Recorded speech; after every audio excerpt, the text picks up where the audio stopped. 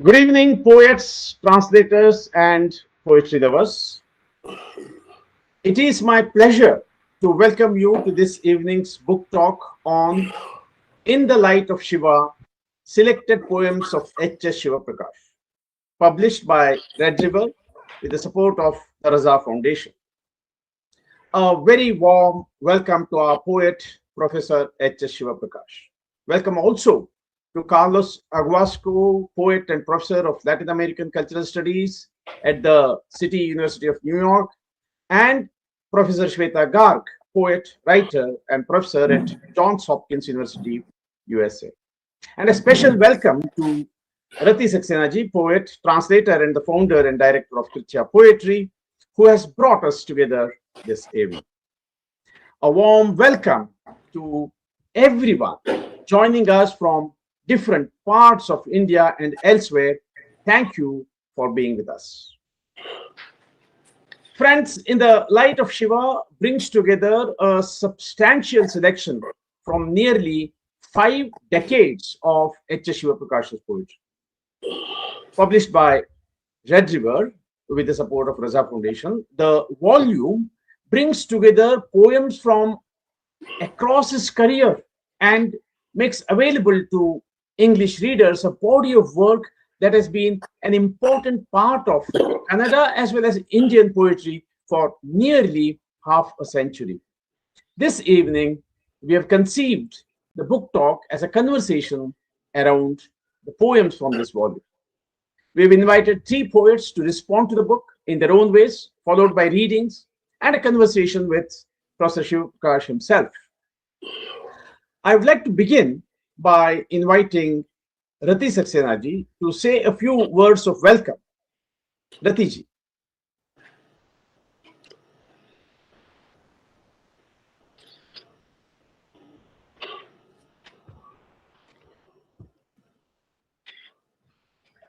Your mic is off, I think. Namaskar. Because this whole talk is in English, I want to speak in Hindi for my Hindi audience so that they can understand what we are going to do it. One thing is that when I read this book, which I got recently, In the Light of Shiva, I know Shivaprakash for a long time. He participated in Kritya many times. But frankly speaking, I didn't read him well. But when I read these translations are good as well as the poetry is also fantastic. I feel that, sorry, I have to speak in Hindi. मुझे ऐसा लगा कि मुझे हिंदी के पाठकों को या उत्तर भारत के पाठकों को शिव प्रकाश, क्योंकि जो अभी कन्नड़ के लेजेंड कवि हैं समकालीन, उनके बारे में अच्छी तरह से परिचय होना चाहिए. नाम से तो सब परिचित होंगे ही, लेकिन अच्छी तरह से परिचय होना चाहिए, क्योंकि ये इस जनरेशन के कवि हैं जो जनरेशन हमको सहेज कर रखनी चाहिए. और दूसरा, ये वो कवि हैं जो अपनी जमीन से जुड़े रहे हैं, चाहे वो दुनिया में घूमते रहे हों, लेकिन वो अपनी जमीन से जुड़े रहे हैं. उनके कविता में या उनके लेखन में, उनके नाटकों में भी लोक और वैश्विकता एक साथ है. और सबसे बड़ी बात शिवप्रकाश जी की ये है कि वो भक्ति को जो एक तरह से समकाल में लेकर आए हैं, वो एक अद्भुत है. क्योंकि हिंदी में इस तरह का काम नहीं हुआ. हिंदी में ऐसा हो गया है कि भक्ति युग को भूल जाना सूरदास के बाद में ये बहुत जरूरी हो गया. इसके बाद में आप उसके बारे में ज्यादा बात नहीं कर सकते, उसका रिक्रिएशन नहीं कर सकते, जबकि शिवप्रकाश ने उन भक्ति के जो तत्व हैं उनका रिक्रिएशन किया है. मैं शिवप्रकाश के बारे में ज्यादा बात कर रही हूँ इसलिए क्योंकि मैं पहले थोड़ा सा हिंदी के ऑडियंस को एक उदाहरण दे सकना चाहती हूँ, क्योंकि क्यों हम इस किताब को चुन रहे हैं. इसलिए नहीं केवल कविता के लिए बल्कि या अनुवाद के लिए, बल्कि इसलिए भी कि इस तरह की कविता को सहेज के रखना चाहिए जो अभी तक समकाल में है हमारे, और उसको समझना चाहिए कि किस तरह से अपनी जमीन से जुड़े होते हुए भी वैश्विक बन सकते हैं. ये इनकी कविता की विशेषता है. मैं लकी थी कि मैंने अयप्पा पणिकर को बहुत अनुवाद किया, बालामणि अम्मा का भी बहुत अनुवाद किया, और मैंने ये देखा कि अयप्पा पणिकर में जिस तरह के कुछ तत्व थे जो मुझे बहुत ज्यादा अचंभित करते थे, वैसे तत्व शिव प्रकाश की कविता में भी है। वो अलग तरीके से हैं, यहाँ अलग तरीके से हैं। पिछली बार जब मैंने उनका नाटक देखा था, प्ले देखा था, तब मैंने ये देखा था कि ये वही यहाँ पर नाटक जो नाटकीयता है वो एक तरह से बिल्कुल प्लेन नहीं है, बिल्कुल नहीं है, बल्कि वो भी फोक को लेकर, इतिहास को लेकर, गल्प को लेकर वर्तमान में लेकर आते हैं। और करीब करीब कावलम नारायण पणिकर के नाटकों में भी यही था कि वो संस्कृत नाटकों को, भास वगैरह के जो संस्कृत नाटक, हमारी जो कृत्या जो आरंभ हुई 2005 में, तो संस्कृत कावल नारायण पणिकर का संस्कृत नाटक भास पे आधार का जो चूड़ामणि नाटक से ही हमारा ये आरंभ हुआ था। तो वो भी संस्कृत नाटकों को वर्तमान समकाल में लेकर आते थे। तो यहाँ पर मैंने जब नाटक देखा तो मुझे लगा कि ये जमीन को नहीं छोड़ना और वैश्विक तक आना, जिसके लिए बालामणि अम्मा ने ये कहा था कि मैं जमीन पे पांव रखकर आसमान को छूना चाहती हूँ। बालामणि अम्मा कमला दास की माँ थी। कमला दास को हम सब बहुत ज्यादा जानते हैं, बालामणि अम्मा को हम बहुत कम जानते हैं, लेकिन कविता की दृष्टि से बालामणि अम्मा मेरी दृष्टि से भारत की सर्वश्रेष्ठ कवित्रियों में एक थी। तो ये बहुत जरूरी था कि हम इनके शिव प्रकाश की कविता के माध्यम से हम ये देखें कि समकाल की कविता में भी क्या क्या तत्व हैं और होने चाहिए। नहीं तो जैसा क्या होता है, जैसे कोरिया में सभी का चेहरा एक सा हो गया है प्लास्टर सर्जरी करके, वैसे इंडिया में अभी सारी कविता के प्लास्टर सर्जरी हो गई है। आप चाहे तमिल की कविता पढ़िए, चाहे मलयालम की कविता पढ़िए, चाहे आप हिंदी की कविता सुनिए, और चाहे आप उर्दू की पढ़िए, सारी एक सी लगती है, सबके चेहरे वेरे एक से ही हैं, बिल्कुल कोरियन जैसे। तो वो नहीं होना चाहिए। अपनी भौगोलिकता, अपनी लोक संस्कृति को रखना चाहिए। इतना ही बोल रही हूँ मैं, ज्यादा नहीं बोल रही हूँ। तो शिव प्रकाश जी मित्र है और आपका स्वागत है। आप थोड़ा सा बीच में आइए, आप तो आपका दर्शन हो सके लोगों को। शुक्रिया। And I am really grateful to guest Carlos and Shweta, both of you. I think Shweta could understand little bit and Hindi, लेकिन Carlos can't understand what I have written. I have what I said. You know about Shivaprakash. I was just explaining to the Hindi audience that because India is also a very big country and many languages. So sometimes we don't communicate each other. We know people. We know that this is the best poet, but we do not know how and why. So I was explaining to my audience. And welcome to all of you. And Kamalakar, I welcome to Kamalakar, because Kamalakar nahi kahenge, because he has edited this book. He is the editor of it. And he is very hardworking. He is a very good translator, very good poet, very good person, human being. So Kamalakar, I welcome you on this. Thank you. Thank you very much. Thanks a lot. Thank you, Rati ji. I think maybe before we continue, would you like to read the translations now, or would you come back to do it? Well, I think you have to introduce Carlos. Okay, I'll bring whether he's talking or he's talking, yes, or yes. he's poetry. Yes, yes, he will. Yeah. So I have translated 3 poems. I can read in Hindi. Yeah. So first we'll have Carlos talking about reading, some poems and responding to the book, and maybe also interacting with Shivaprakash, and then we'll have some translations. So, but before I go any further, I should mention one fact about my position in this discussion. As Rati ji has already mentioned, I am the editor of this volume, and I have also translated some of the poems in it alongside Manu Devadevan and Professor Shivaprakash himself. So I cannot claim the position of a completely detached moderator discussing a book with which I have had no involvement. I mention this not as an apology, but as a matter of transparency. I have lived with these poems for a long time. My role here is not to explain the book, but perhaps to ask some questions and facilitate through our interlocutors, a conversation around these poems by opening up poetry from different perspectives. First of all, In the Light of Shiva is not merely a selection that represents a poet's career chronologically. It brings together a poetic imagination that has continually crossed boundaries between the contemporary and the historical, the intimate and the political, mythology and everyday life, the local and the world beyond it. Shivaprakash's poetry explores and interrogates many poetic and cultural traditions from diverse places and diverse times. Myth, history, and older poetic forms become ways of thinking about the contemporary life and contemporary world. Its landscapes can be ancient or modern, Indian or European, remembered or imagined.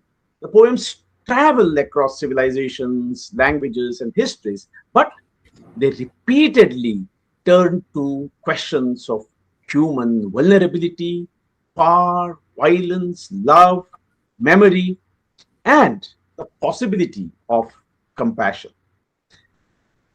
The poet has described himself in one of the poems in this volume as a stubborn pilgrim whose journeys repeatedly fail to reach their destination. That image seems particularly appropriate to the poetry as a whole.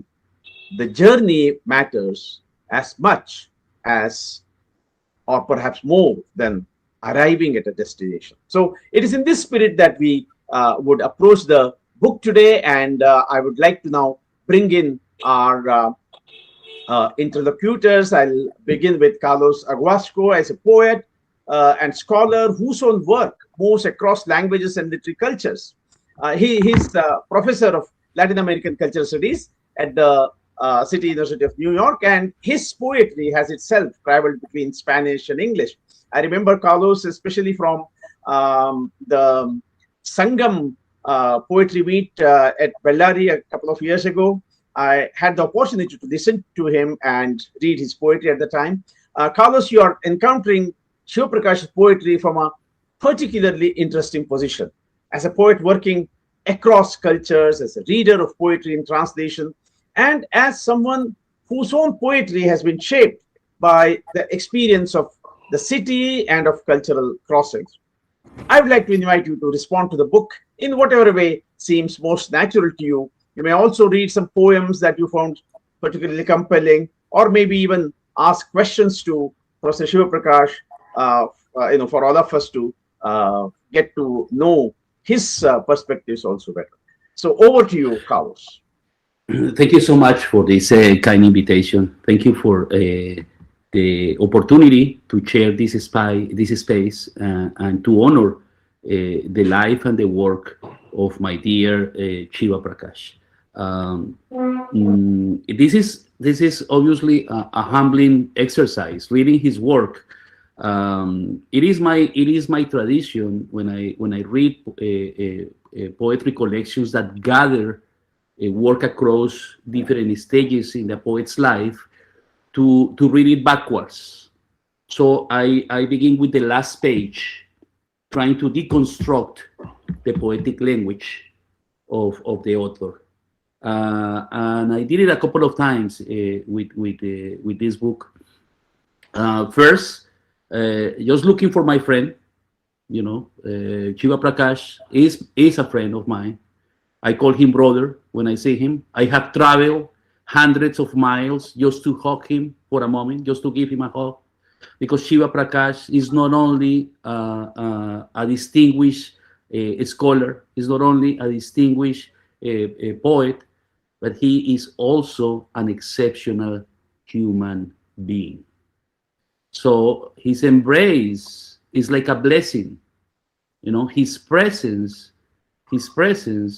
brings peace, happiness, and harmony around him. So in several occasions, I have had the opportunity to spend time with him.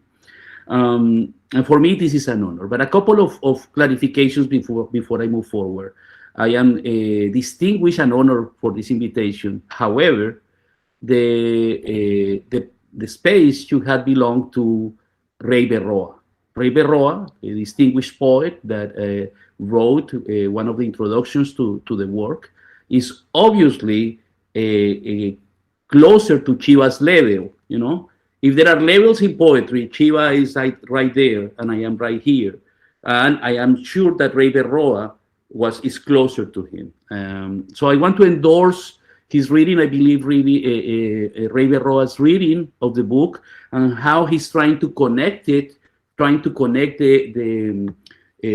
millennia of poetry in India with it's already 800 years old, but is brand new in the Andalusian and the Spanish poetry.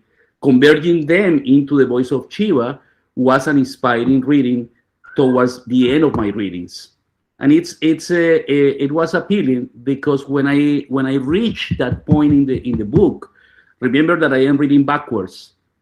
I had to reread at the time to see if I could agree or not with Ray. A couple of things I have to say. It is only natural for a poet of the universal breadth of Shivaprakash to be read from different traditions and connections. You know, this is proof that humanity across the globe might reach the same crossroads, and regardless of whether we can demonstrate the influence of Indian literature or poetry into Andalusian poetry, regardless of that point, the truth is that humanity is connected through poetry. That is something that we cannot deny. So this goes beyond philology. This is more about the fact that we find a poet of universal reach, like Shivaprakash, being a poet that enters in conversation with different historical traditions, and as you said before, obviously his literary references could be connected with many places. Let me give you an example. Shiva, you don't know, but I found that the pre-Hispanic Quechua poetry that I teach in my class on poetic forms, Quechua poetry has similarities to some of your verses. So when I was reading Rey Berroa, I was thinking, oh my God! I mean, Rey brought it to the Andalusian tradition. However, what I am reading from my end is that Shiva has a connection, his poetic voice has a connection with Quechua speaking poetry. I am not a speaker of Quechua, but I study the Quechua tradition, and I present it as one of the poetic forms in my classes. So at that time, Shiva, I said, wait a second. Did Shiva write this when he visited Ecuador a couple of years ago? And then I realized that no, that these poems had been written way before. Thus, an explanation come to my mind. That is why Shiva is so respected in Latin America. You're not asking me, but let me share with you that I have people calling me from Ecuador telling me about the wonderful experience they had when Shiva visited Guayaquil, and how the encounter with Shiva was inspiring for a new generation of young poets that saw themselves in this inspiring figure. A towering figure like Shivaprakash was visiting Ecuador, and Shiva doesn't need these things. The poet, he's beyond, as we said in Latin America, he's beyond good and evil. He's beyond all these things. However, the young people in Ecuador, in Guayaquil, have taken the time to express gratitude for being part of the process that brought Shiva eventually to a room, a conference a poetry festival in Guayaquil where he inspired people. And it only makes sense because in the same fashion that Rey Berroa connected his work with the Andalusian poetry, these young people connected Shiva's work, Shiva's teachings with their own tradition. So at the very end, I believe, again, going beyond the philological discussion, that yes, poetry is a form of knowledge. That poetry helps people understand what makes human human, and humanity all across the world is bound to identify with great universal poetry. Okay, so let me move to my next step. This is my plan. First I wanted to recognize through my mentioning of Rey Berroa's introduction and these anecdotes, I wanted to recognize the universal reach of Shiva's work. Okay, then I want to read a poem. Okay, I want to make a couple of comments about the book, and then I like to ask Shiva a couple of questions, if that's okay. Okay. Yes. Okay. So the poem that I've been reading to my family, Shiva, and at home is A Lion's Reflection. It's on page 281 of the collection, and it says, A Lion's Reflection. A lion looked into a mirror and said, "See, the mirror is like me." A rabbit looked into a mirror and said, "See, the mirror is like me." A cat looked into a mirror and said, "See, the mirror is like me." A serious clamor claiming the mirror to be like them arose among the four. The four together looked into the mirror. The mirror was not like any of them. The mirror was like every one of them. They all got angry. A war ensued among them, and on the mirror, the cat ate the mouse. The lion ate the rabbit. Then the lion got after the cat and ate it up. The final war was between the lion and the mirror. The lion outside the mirror was enraged by the lion inside the mirror. Then acted like it, that acted like it, spoke as it did, roared as it roared. The lion broke the mirror into pieces. In the pieces, the lion found its own pieces, and in anger, fell upon them and roared and rolled. And the lion too met its end. The reason I chose this poem, Shiva, brother, is because in a way, when we read you, when we all read you, when Rey Berroa reads you, when people in Ecuador reads you, when people in New York reads you, they all say his poetry is like mine, right? Yes. We all connect. You know, that was the point in the first part of my presentation, is that we all connect with this universal poetry. However, the poem is also a cautionary tale, right?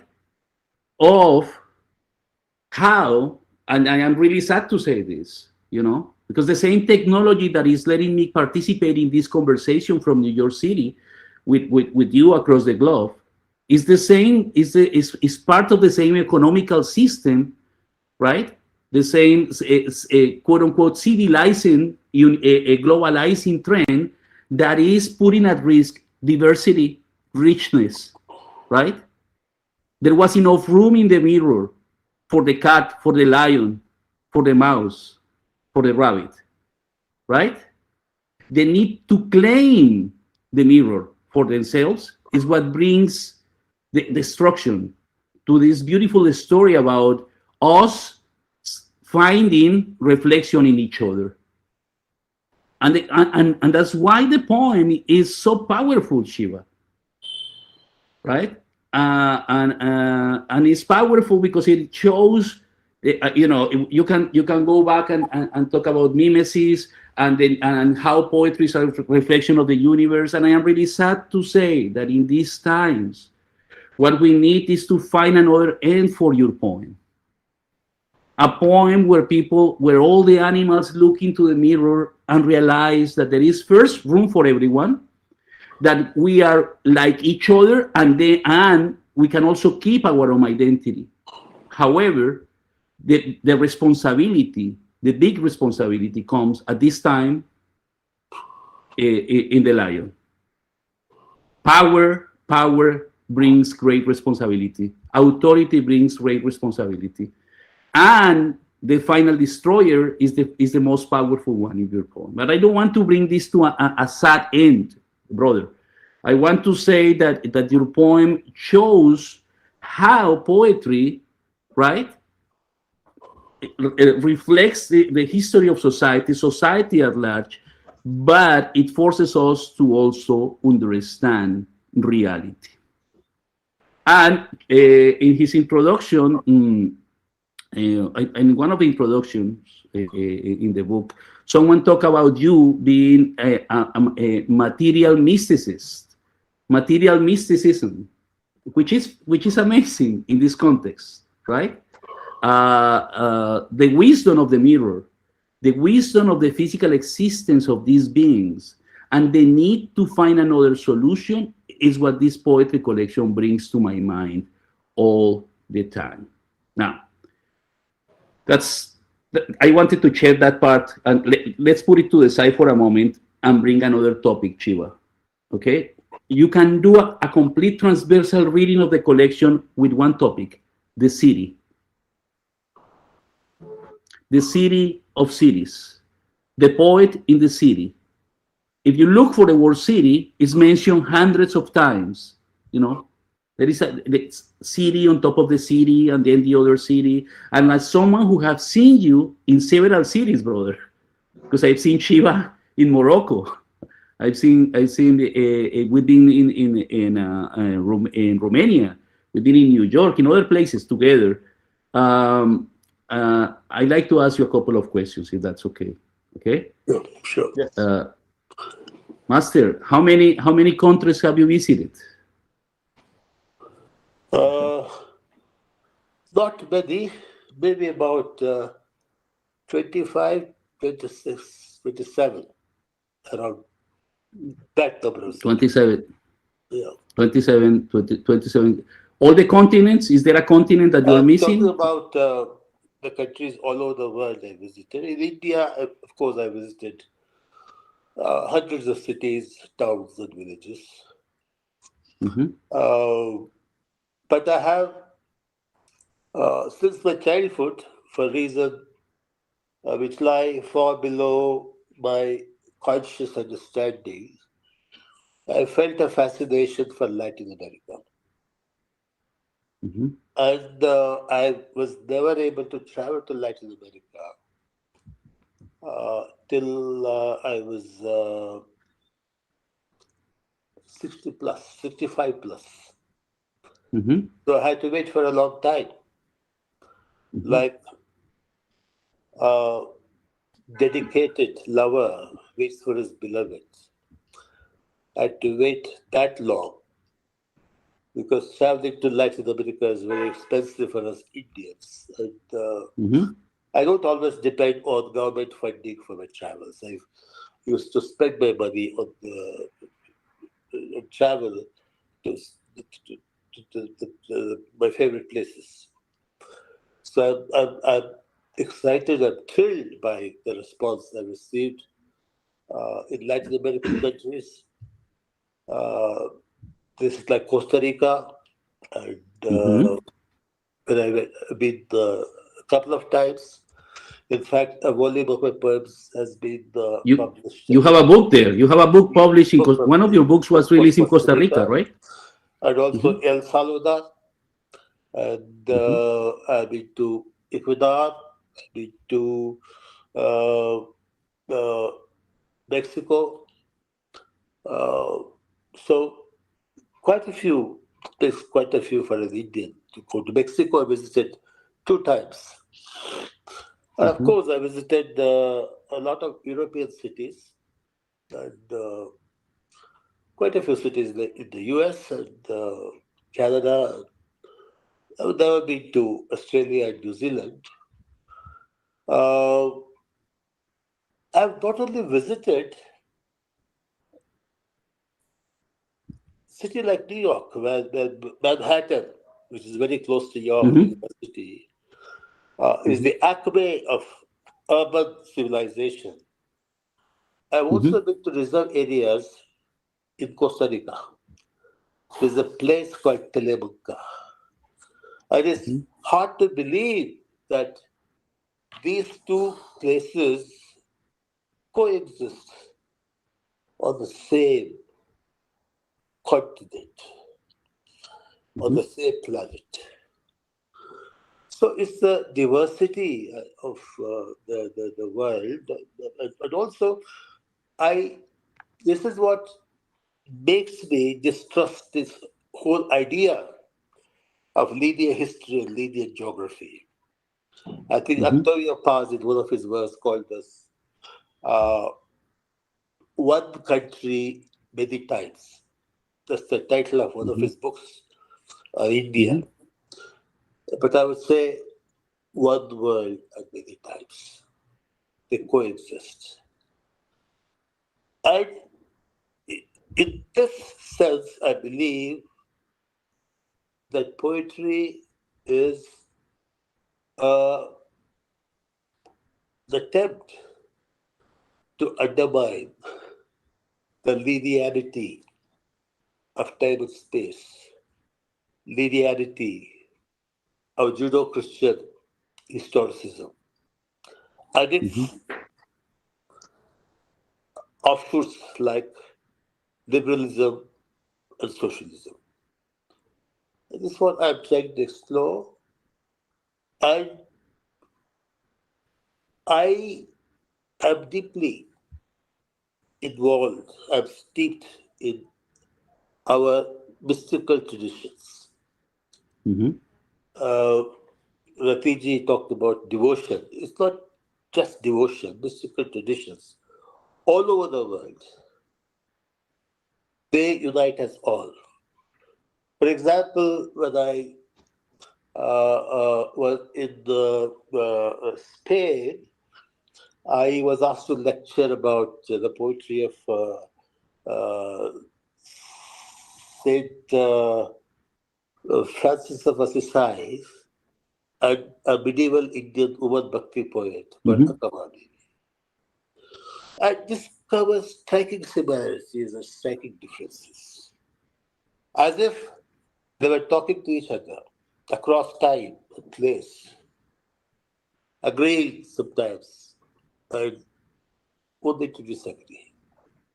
So this unity and diversity, display of unity and diversity, multiplicity and unity, this is what makes the world interesting. And poetry is not just the reflection, but the celebration and dramatization, and sometimes the exaggeration of it. Because what we now have, the new world order, has surpassed the barbarities of classical capitalism, police states, both fascist and communist. We now have the most soulless and heartless corporate capitalism, which brings the countries of the world together by killing all the souls, by reducing everything to commodity fetishism. Master, let me stop you for a second, Shiva, and make a couple of comments if that's okay. Please. one thing is, I do agree, and I have proposed in several places that we are living in a post-human capitalist system Yeah, that is trying to eliminate what makes human human, you know. yeah, And what is the last stance, the last place for society, for humanity, is art, obviously, and or in my case, poetry, that in many cases, as you said, goes to mysticism. But we are living in a post-human capitalism. The next frontier is the contradiction is between capitalism and humanity. Before it was material reality, now is humanity. yes. Um, that's clear. But I like to ask you, and I want to share this with everyone in this meeting and with all people watching and listening. Listen, I have a depth of gratitude with you, Shiva, personally, as a writer, as a human being, because I remember when I met you, and you were a towering figure. It was in a place in Morocco, and it took me a while to get closer to you, because there's the big poet from India, Shivaprakash. He's a star, blah blah blah. And then I was coming from, I wanted to be a poet all my life. So I was imagining that being next to you was going to be close to someone full of gravitas and seriousness, which is true. However, Shiva, and this is one of the things that I always talk about when I talk about you with other people. Although you are a great poet, an older person, okay, you are also most of the time the youngest poet in the room. You are the most playful one. You are the most open-minded. That's amazing. So the sharing with you those trips, when we travel in Morocco, when we were in Romania and other places, one of the things that I believe inspires young people with your poetry is that you made me feel, at least, and I think you have done the same with other people. You made me feel authorized to be playful and serious at the same time, to look for my spirituality, and also to make critiques of material reality. I don't. So what is the secret, Shiva, to be such a young child and also a wise soul in the same body, brother? What is the secret? And I'm telling you that Yes, this is what people say all around the world about you. You know. see, I believe I'm also a playwright, and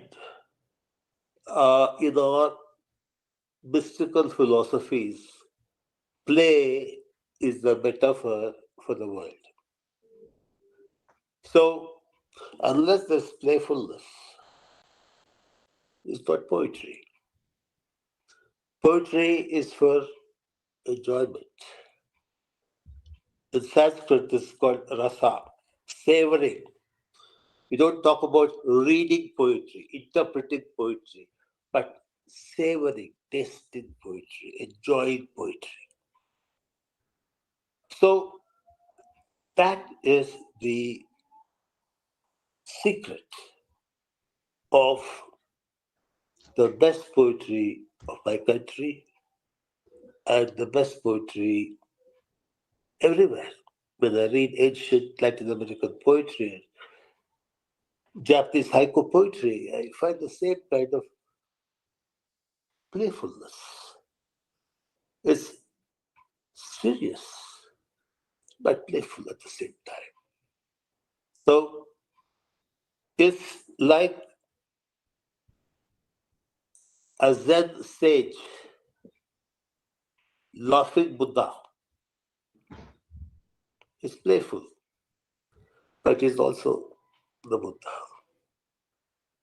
This is the ideal I'm trying to approximate in my personal life and also in my poetry and in my relationships.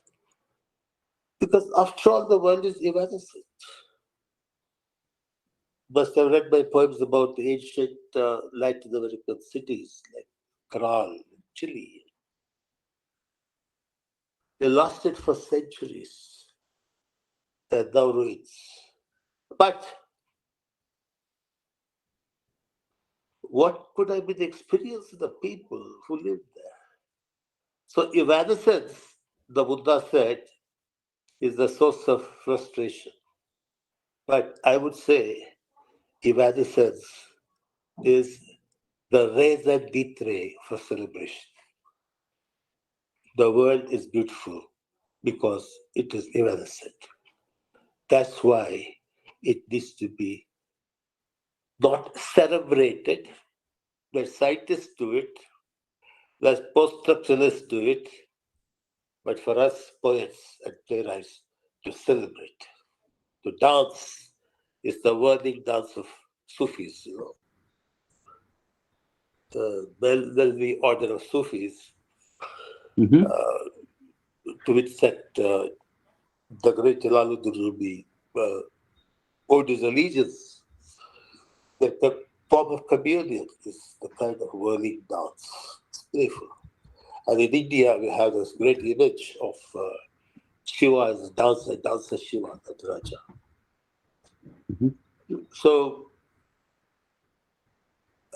we had a great theatre director called B.V. Karath, who was like my elder brother, used to say in theatre, unless you make people laugh, at least 5 minutes after the play begins, they'll start laughing into seriousness.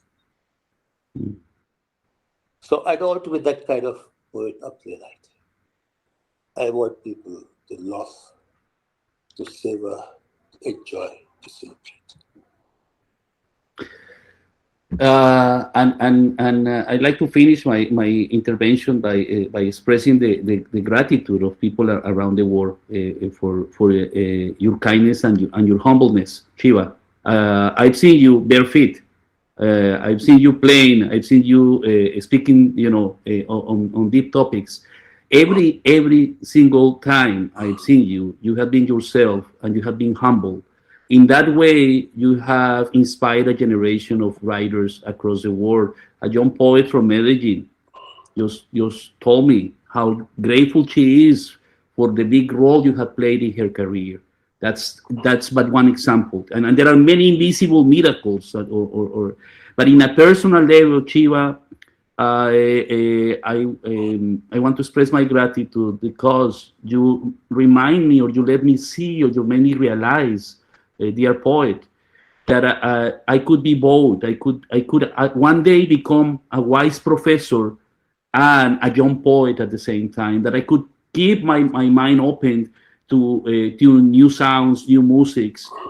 That I could also confront the harsh realities of this moment in history while savoring life, existence. Sometimes next to you, seated in a rock in the desert. Sometimes next to my students in a university, and sometimes in a library.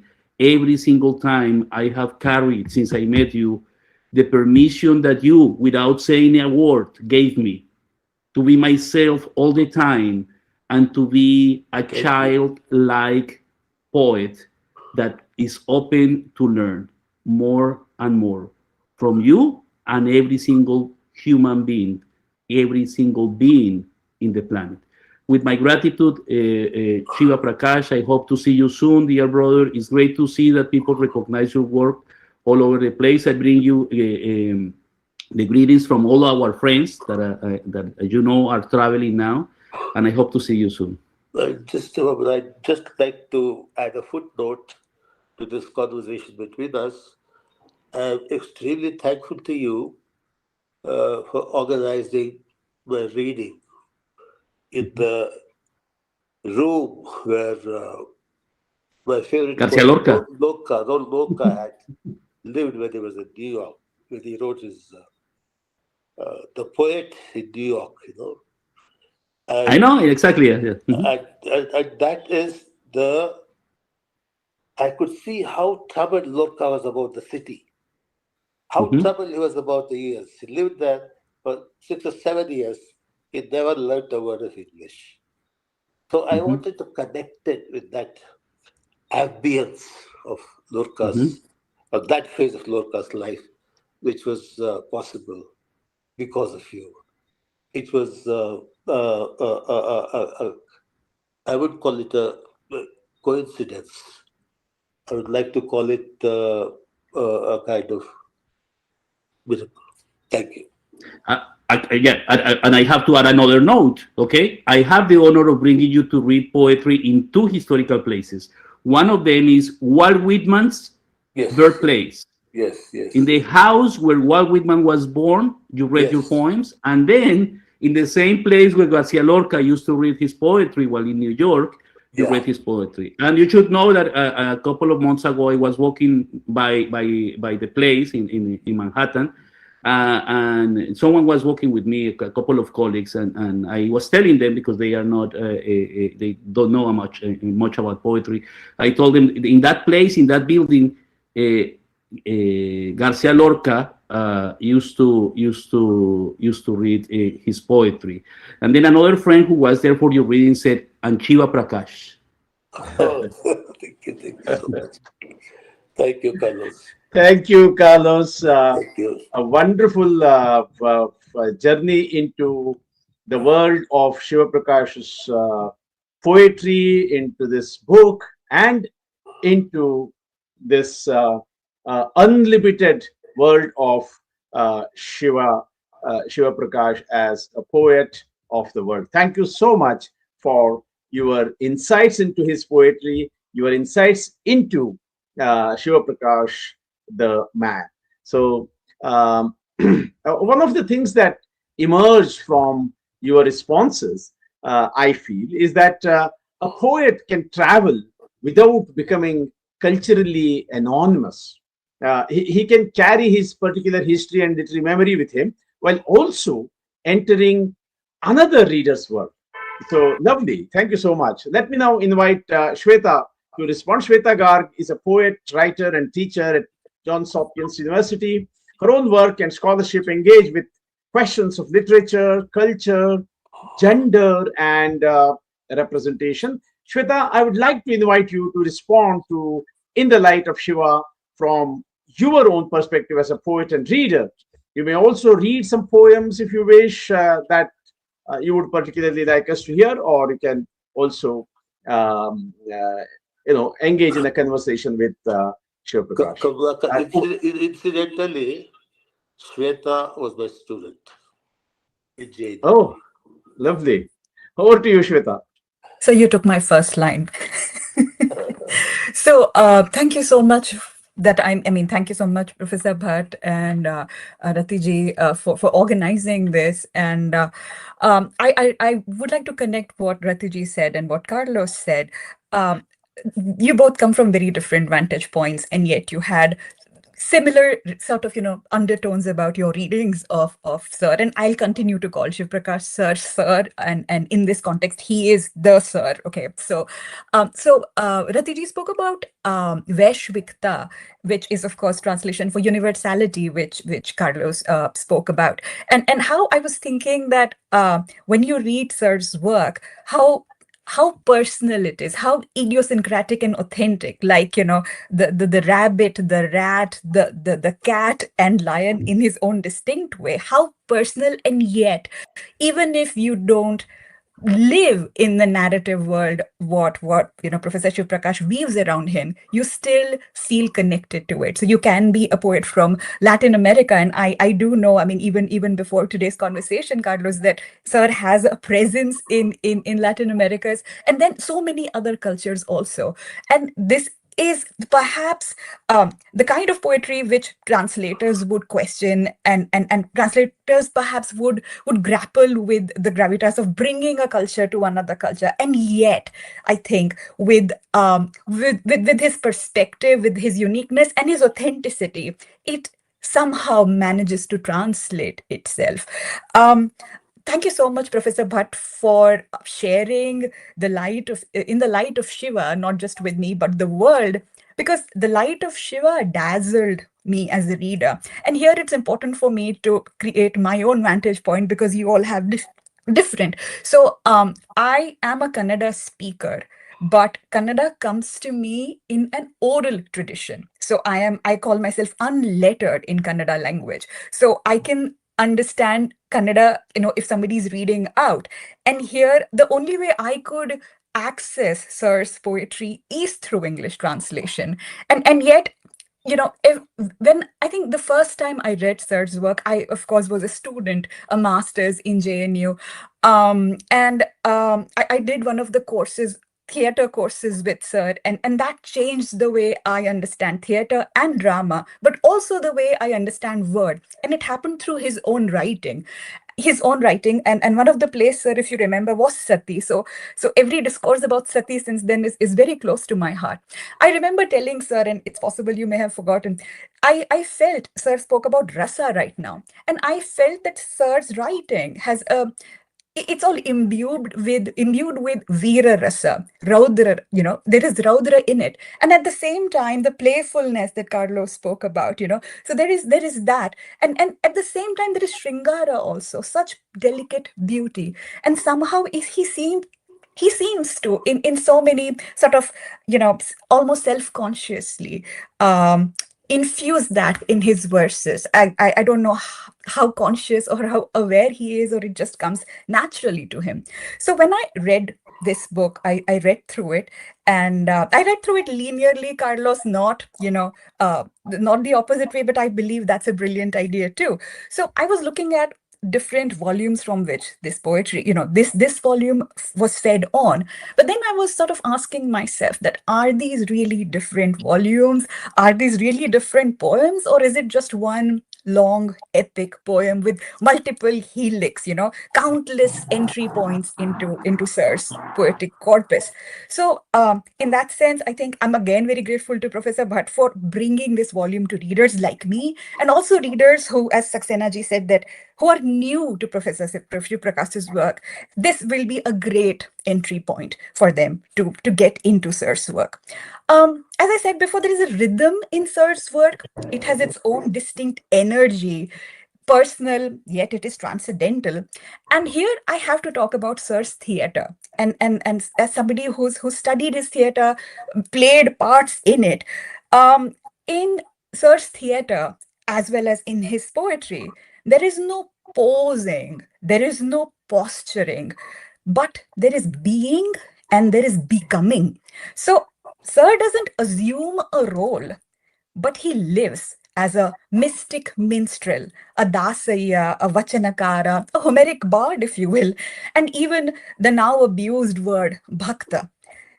He doesn't don a poetic persona in a conventional sense. He is him, So first-time reader of Shivaprakash may remark at the vividness of his narrative world, the wit, the music. Of course, it's impressive, but it's important to understand that he is not just telling a grand story, but he dwells in those.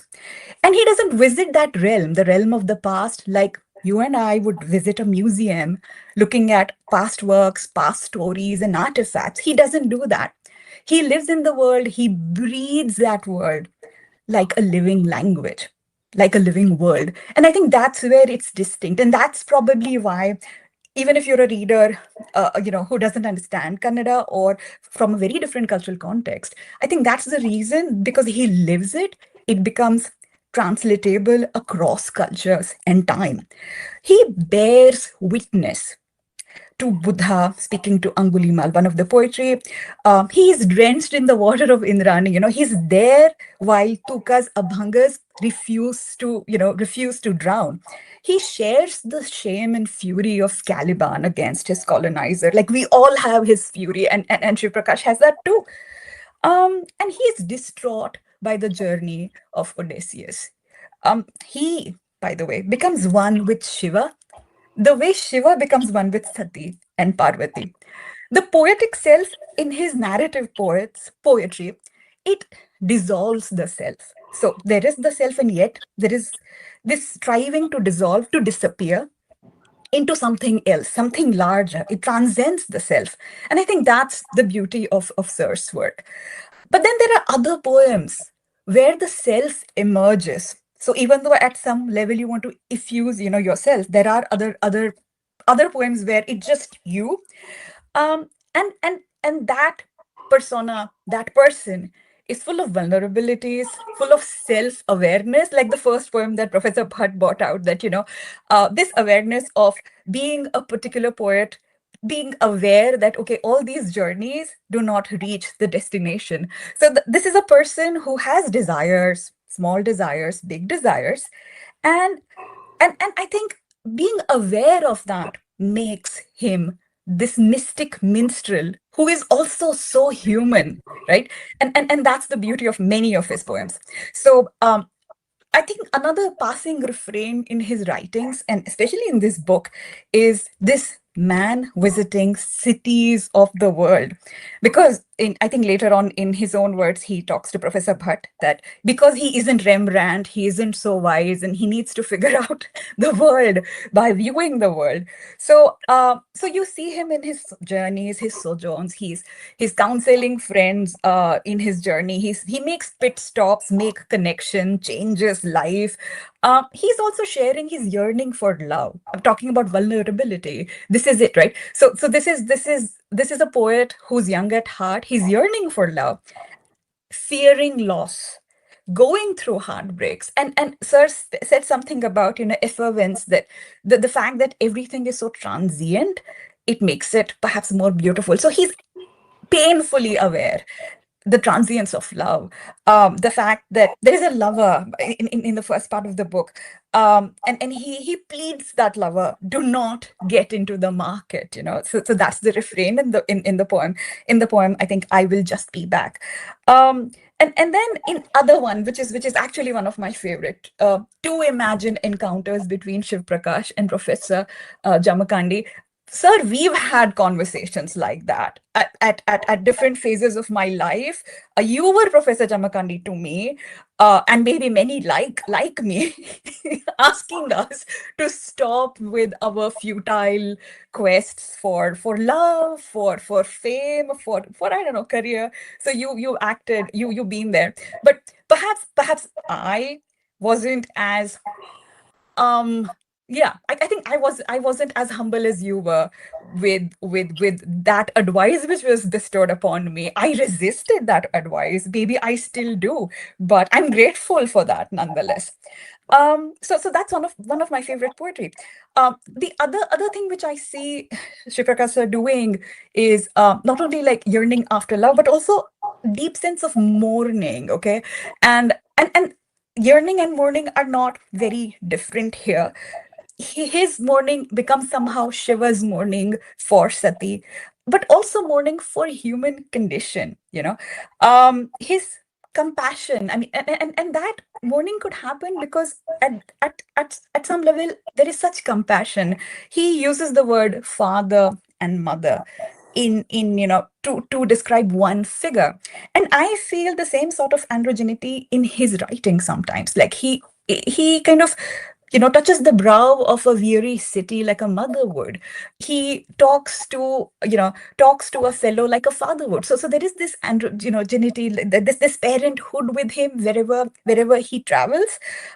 Affection of a familiar friend, and how compassionately he accepts the falling facades of old cities. There are poems after poems where he talks about let the cities age, stop repairing the cities. I mean, something that Saxena ji said about Korean faces like plastic, with plastic intervention. And he's like, don't do that to cities, not just people. Don't do that to cities. Don't do that to our natural world. Let it age, let it gracefully become what they are, because transformations through time are probably real transformations and a rite of passage we need to, not just humans, but cities need to go through, the world needs to go through. So here is a person who is accepting of change, yearning for perhaps the past, but also having this capacity to revisit the past, to relive it, to witness it for those who are less fortunate, less, more limited by their limited imagination.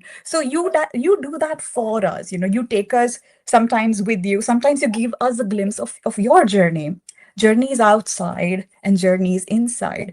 So you give us all that through your different books. So I don't have much to say, but I have like long list of poems which I wish you would read, so rather than I would. And I have a couple of questions, so you tell me, how do we want to go? Can I ask you some questions, and can I make demands of you to read it out for us? As you like. Sure. So first, question is, from Milarepa to this person writing about aging cities, there have been decades, right? Is that person the same person? What has changed? What has evolved? What do you miss? Well, I can only answer this question through a parable uh, from a Buddhist scripture. Once one of Buddha's disciple asked him, Bhante means master in Pali, uh, do humans have a soul, everlasting soul? Buddha pointed to a flame and said, look at this flame for some time. And then he said, after some time, look at it again. Is the same flame or different? Then he asked him, have you seen a river? He said, yes. The river is always flowing. The old water is flowing away and new water is coming in. Is it the same river or different? How did you look when you were a 5-year-old? And how did you look when you were a 10-year-old? How do you look now? Are you the same or different? The disciple had no answer. But Buddha answered the question for him. He said in Pali, Dacha Ando. Dacha, it's not the same, it's not different. Hmm. So it's this paradox of the coexistence, the synchronicity, the consanguinity between the changing and the unchanging. That has always engaged my imagination. And what gave me a fillip to delve deep into it was my profound interest in Buddhism, not only as a philosophy, but in the practice of Buddhist meditation and so on. So the guy who wrote Milarepa is the same as the guy who wrote another poem now. He's also different. So the binaries break down in poetry. It's the job of the poet to break down the binaries, to suggest the coexistence of many parallel worlds and parallel realities, parallel temporalities and parallel spatialities.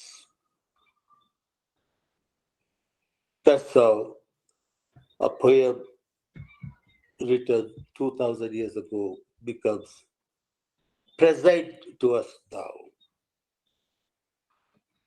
And in the critical discourse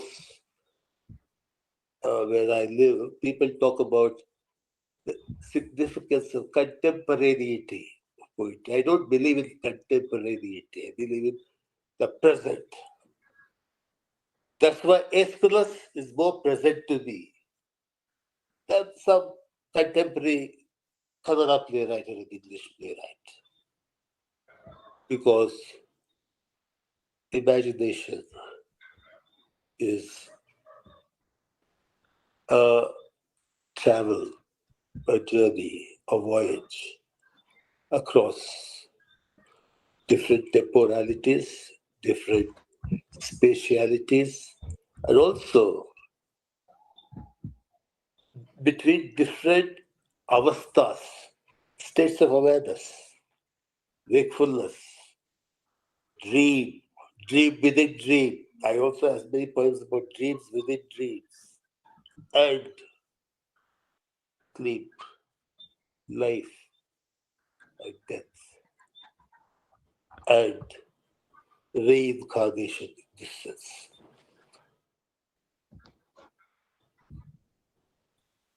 So your response to the question started off as a poetry, and then it almost became some sort of a prophecy. So thank you so much. This was more than I could have expected, and maybe I did. Nothing less is to be expected. I have another question, and this is something maybe more in line. Shweta, before you move, Shweta, if you don't mind, Sure. before you move on Sure. to the next question to sir, Yes. it would be nice if you could read one poem and then we move to the next question. Sure. You know what? I'm going to read two imagined encounters between Shivaprakash and Professor Jamakandi. Decades ago, when Shivaprakash, the poet, was still young and not yet a poet, was speeding off on his winged horse, Professor Jamakandi, the philosopher, always a philosopher, asked him, "Where are you going, young man?" Replied Shivaprakash, the poet, in search of an ideal beloved. Whereupon Professor Jamakandi, the philosopher, laughed skeptically and said, "Don't waste your life. You will never find her." Decades later, when Shivaprakash, the poet, who was no more a poet, was trudging along on his lame horse, Professor Jamakandi, the philosopher, who was still a philosopher, asked, "Where are you going, old man?" Replied Shivaprakash, the poet, in search of an ideal lover. Professor Jamakandi, the philosopher, laughed much more skeptically and said, "You've already wasted your life. You will never find her." Shivaprakash, old and no more a poet, continued his search till he thought he had found an ideal lover, who did not think she had found her ideal lover. The poet and his ideal, no more lovers, told each other similar stories and concluded, "There are no ideal lovers, but only idols and ideals." Lovely. Amazing. Yeah. Yeah, this is. We talked about playfulness and witticism. I mean, this is all that, but then so much more. You know, it's profound and prophetic as so many levels. And I read it many years ago, this poem, and I'm rereading. I mean, I was selecting which poem I would like to read, and I thought of that, and it's been perhaps 10+ years since I read it before, and it. I was feeling. I was thinking of similar encounters with Sir at different stages of my life. So a special poem for me. And again, special poem for people who are in different stages of searching about love and other things that you do. So yes, so can I ask another question to Sir? And again, as I said, this is from a curious, I mean, I'm just curious about how it works. So do you treat your English poetic offspring any different than your Kannada offsprings? And how, when poetry comes to you, how is it formed? What words do you hear? Do they reverberate in Kannada? Do they reverberate in English? So for a long time, I was monogamously wedded to Kannada poetry.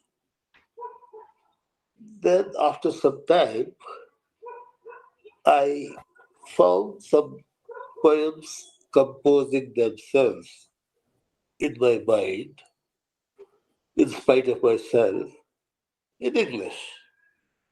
Sometimes half English, half Kannada. And other languages would also creep in. I've also written a poem in Sanskrit, by the way.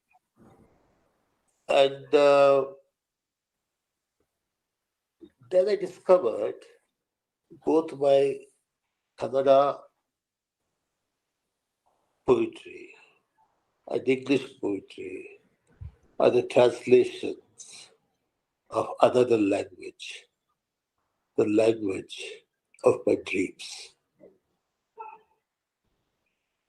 As Kritya-Poetry said, not much difference between translation and the original. Even an original poem is the translation of what a poet wants to write, but will never get to write. That's why I said the poet is a stubborn pilgrim who is always journeying, but will never find a destination. He's the river which will never reach the ocean. May I ask one question? Can you read one poem in Kannada? Because I heard you reading in Kannada, and it is very interesting for our audience also. Shivaprakash ji, one or two, because Yes, I have seen you. I read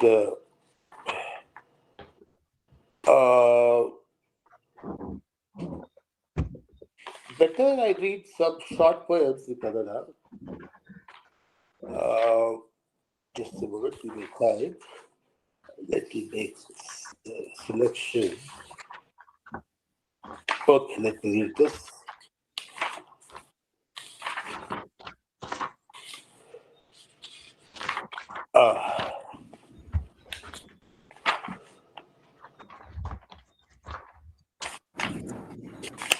This is a lullaby which I read everywhere.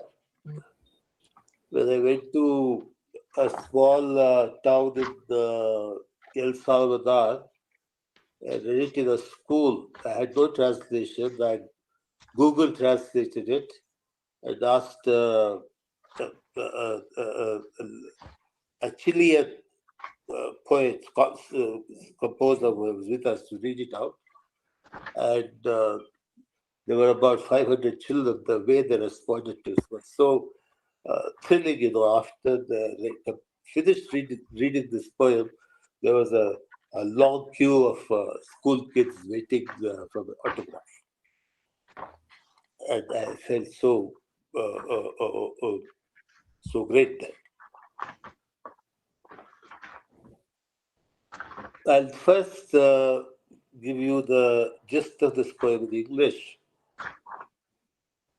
Perhaps I don't know whether Kamalakar can find the English translation to this poem, but I'll do a rough and ready translation. Very first, a short poem.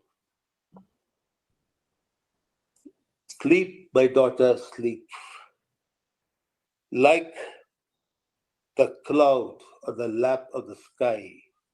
Sleep, my daughter, sleep. Sleep, my daughter, sleep. Like thunder in the heart of the cloud. Sleep, my daughter, sleep. Sleep, my daughter, sleep. Like volcano in the womb of the ocean. Sleep, my daughter, sleep. Sleep, my daughter, sleep. Like earrings in the depths of her soul. Sleep, my daughter, sleep. Now I'll read the Kannada of it.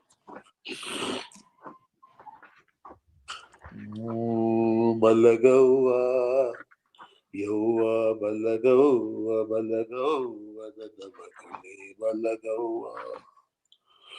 Aga sada vadilidali, Mugilu Malagawa, Hagi, Malagawa, Yowa, Malagawa, Malagawa. ಮಲಗವ್ವ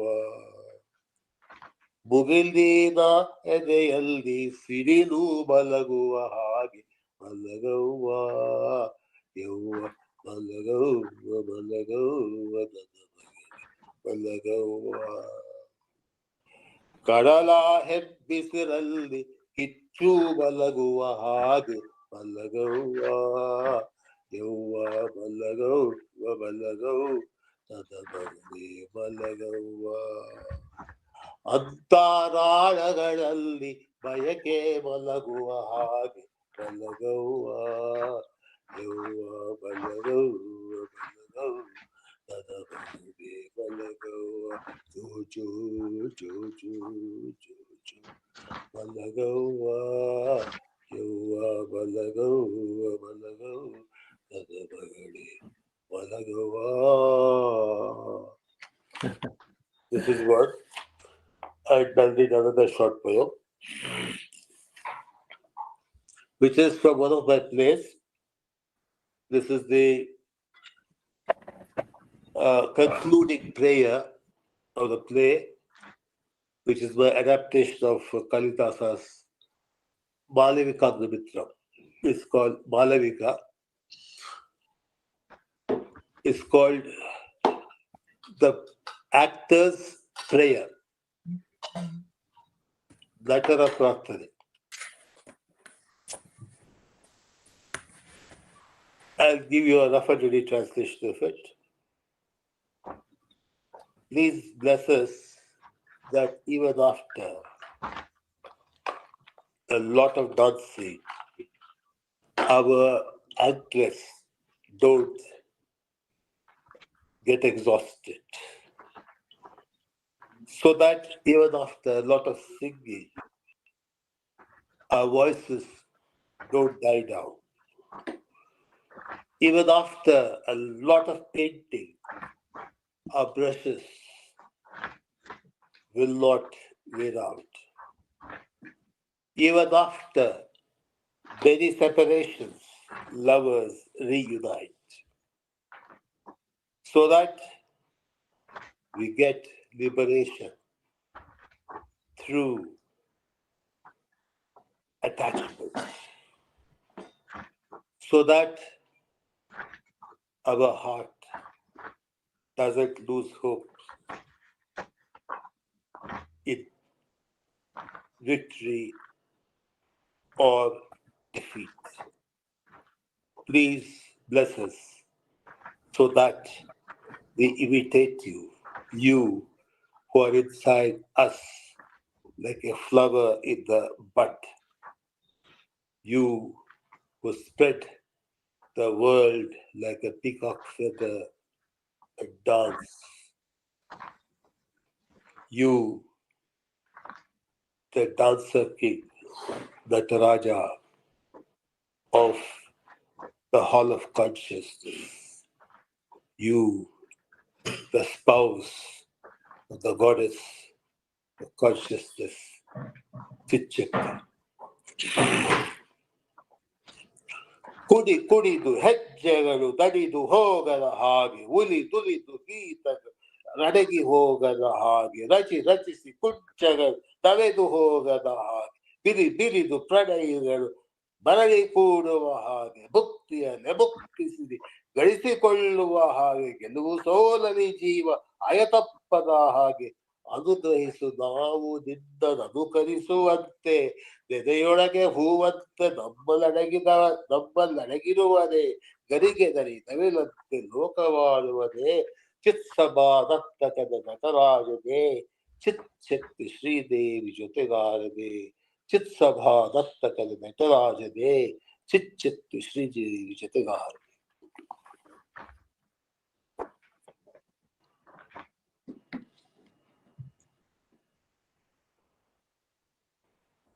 I think this will do.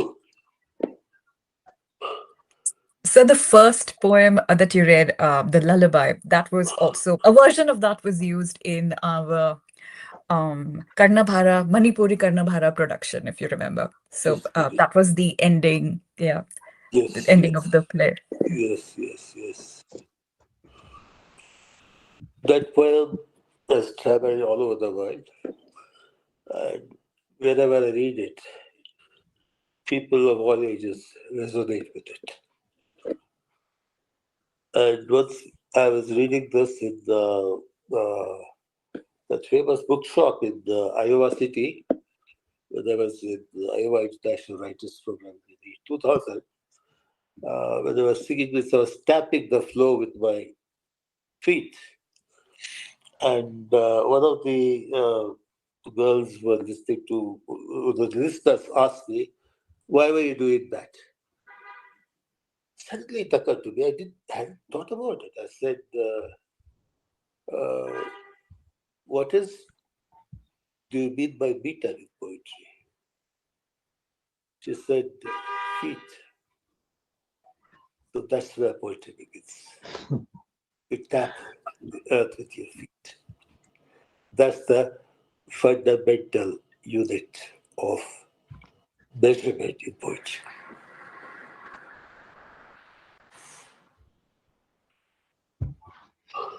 Read some more poems, no, sir? In English or Kannada? English will do, yes. Can I suggest a very long poem? Is that okay, Professor Bhat? Yeah, sure. So, to the Daughter of Mountains, if you feel like it, from the collection. You have the English with you. So isn't it better I read the Kannada one? I will prefer Kannada. I will prefer Yeah, Kannada. you keep looking at the English text. And I'll read the Kannada. Because this is a poem which has which many young lovers used to instead of love letters to each other.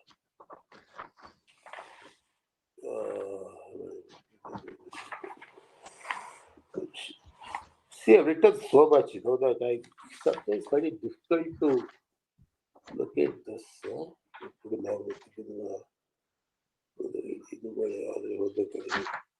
Okay, got it. 546.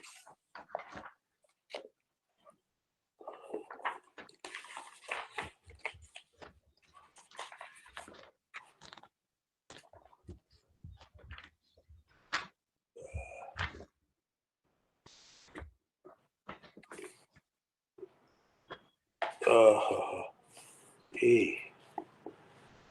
546, sorry.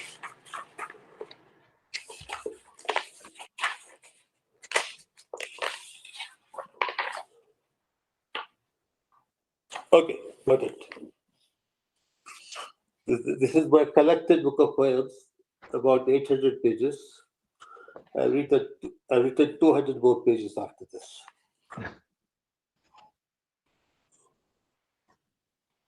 It's called Be Reborn. Matteri Huttuvadu. It's also called To the Daughter of Mountains. Bettagala Magal. That is Parvati. Shiva speaking to Parvati.